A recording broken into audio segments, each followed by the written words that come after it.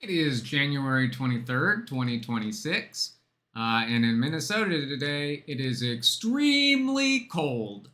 We're talking cold even by Minnesotan standards, and trust us, we know what's cold. But everybody I know is digging out all their winter gear. We're talking the snow pants, we're talking the polar fleeces, we're talking our wool base layers to wick the sweat away from us, because we know how to work with cold. We celebrate it. We're a community that loves it. And I think it's going to be inspiring to me, at least, and hopefully to the rest of the world when we see thousands of people take to the streets in protest of what's going on here, as the state is essentially going through a shutdown or general strike. What I really wanted to talk about today is the Insurrection Act. So, one of the big headlines that's been dominating the news, especially on more mainstream outlets, is the threat of having the Insurrection Act invoked here in Minnesota. I think it's just a media play. I think it is an obvious smokescreen, and as a resident, it's one that I'm almost completely not concerned about from a lens of my or my community's safety. Practically speaking, military deployments in other U.S. cities, we're talking Los Angeles, Washington, D.C., Memphis, and Portland in 2025, have been a performative act by the administration. For the boots on the ground, these deployments have been, from my understanding, largely orders to defend federal buildings, and because the size of these deployments are really performative, we've seen reports of active duty military being deployed to do city sanitation efforts. They're being deployed to the streets of cities to pick up trash. Now, I think that sanitation is a worthwhile cause, and I have a tremendous amount of my respect for anybody who is in the sanitation industry and actively doing work that is demonized or looked down upon by a large portion of the population.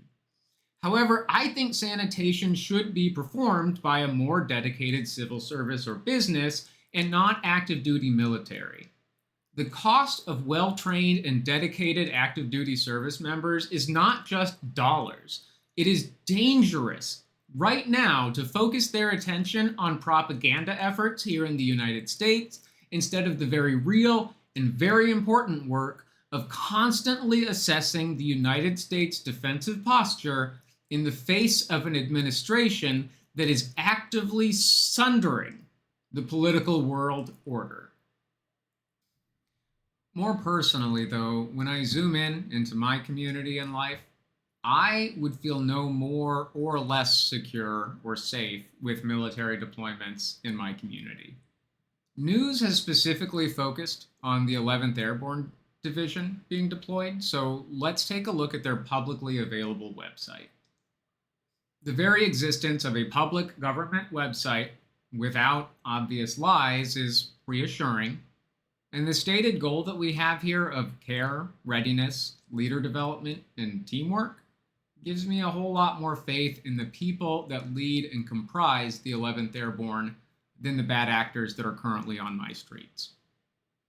More generally, I know the demographic makeup of our armed forces. While they are currently enduring the most insufferable Secretary of Defense of all time, our armed services personnel are an incredibly diverse group that comes together for one common mission: to support and defend the Constitution of the United States. In the off chance that I do actually happen to reach anyone currently serving in the National Guard or in the active duty military, and you are seeing all this crazy news on the other side of things, I have a couple asks for you to keep in mind in the case that you do get deployed either here in Minnesota or elsewhere in the coming months and years. First, dress for the weather. It's about 40 degrees Fahrenheit colder in Minneapolis right now than it is in Anchorage. So even though I know my Alaskan brothers and sisters either know or have learned in their time on base how to dress for the weather, make sure you bring those layers if you're coming out in this week here in Minnesota. If you're able to talk to anybody in the Department of Homeland Security, please remind them what the Fourth Amendment to the Constitution is. And lastly, if you are able to talk to any civilians here on the ground, Even the basic niceties like please and a genuine smile or I support your right to do this would go a long way. We're here and we're protesting because we are speaking up against injustice, but more seriously, for many of us, against blatant violations of our constitutional rights. And right now, we feel a strong need to demonstrate those, especially the First Amendment. But the people here have rattled nerves.